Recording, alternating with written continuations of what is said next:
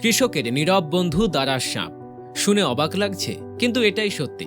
কিভাবে এই নিরীহ সাপ কৃষকের এত উপকার করে? দারাস সাপ সম্পূর্ণ বিষবিহীন এবং এর প্রধান খাদ্য হল ইঁদুর। দারাস সাপ ইঁদুর খেয়ে পরিবেশের ভারসাম্য বজায় রাখে এবং ফসলের ক্ষতি কমিয়ে দিয়ে কৃষকের প্রকৃত সহায়ক হিসাবেই কাজ করে। একটি দারাস সাপ একাই প্রায় ৩ বিঘা জমির ইঁদুর নিয়ন্ত্রণ করতে পারে, যা ফসলের ক্ষতি উল্লেখযোগ্যভাবে হ্রাস করে। প্রতি বছর ইঁদুর যে পরিমাণ খাদ্যশস্য নষ্ট করে, আর্থিক মূল্য প্রায় ১,০০০ কোটি টাকার কাছাকাছি। ধান, গম সহ গুরুত্বপূর্ণ ফসল ইঁদুরের আক্রমণে ব্যাপক ক্ষতির সম্মুখীন হয়। এমন পরিস্থিতিতে দারাস সাপ প্রাকৃতিকভাবে ইঁদুর নিয়ন্ত্রণ করে খাদ্যশস্যের সুরক্ষা নিশ্চিত করে। তাই দারাস সাপকে রক্ষা করা গেলে আমরা প্রতি বছর বিপুল পরিমাণ ফসল বাঁচাতে পারি এবং কৃষকের কষ্ট অনেকটাই লাঘব করতে পারি। কিন্তু দুঃখজনক হলেও সত্যি, আমাদের দেশে দারাস সাপ নিয়ে প্রচুর কুসংস্কার রয়েছে।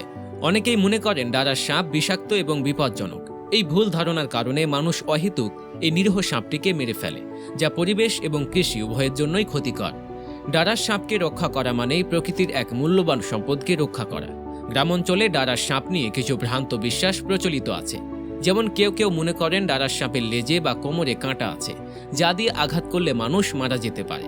আরও একটি প্রচলিত ভুল ধারণা হলো যে দারাস সাপ রাতে গরুর দুধ চুষে খায়। এছাড়াও অনেকের ধারণা যে সাপটির মুখ ছাড়াও লেজে বিষ থাকে, আর সেই লেজের আঘাতে আঘাতপ্রাপ্ত স্থানটি পচে যায়।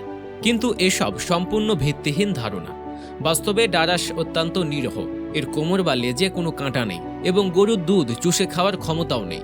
এই সাপের জিহ্বা দ্বিখণ্ডিত থাকে, যার ফলে এটি কিছুই চুষে খেতে পারে না।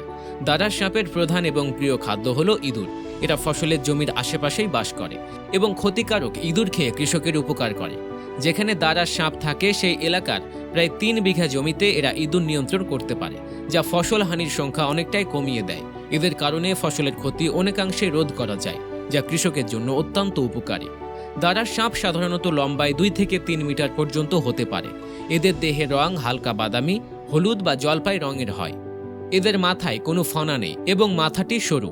দারাস সাপ গাছে উঠতে পারে, সাঁতার কাটতে পারে এবং দ্রুত চলাফেরা করতে পারে। এটা বছরে প্রায় ১ ডজন আঠালো ডিম পারে, যা থেকে ২ মাসের মধ্যেই বাচ্চা ফোটে। দারাস সাপ প্রকৃতির এক মূল্যবান সম্পদ, যা কৃষকের প্রকৃত বন্ধু। এদের রক্ষা করা গেলে প্রাকৃতিকভাবে ইঁদুরের হাত থেকে ফসল বাঁচিয়ে প্রতি বছর বিপুল অর্থ সাশ্রয় করা সম্ভব।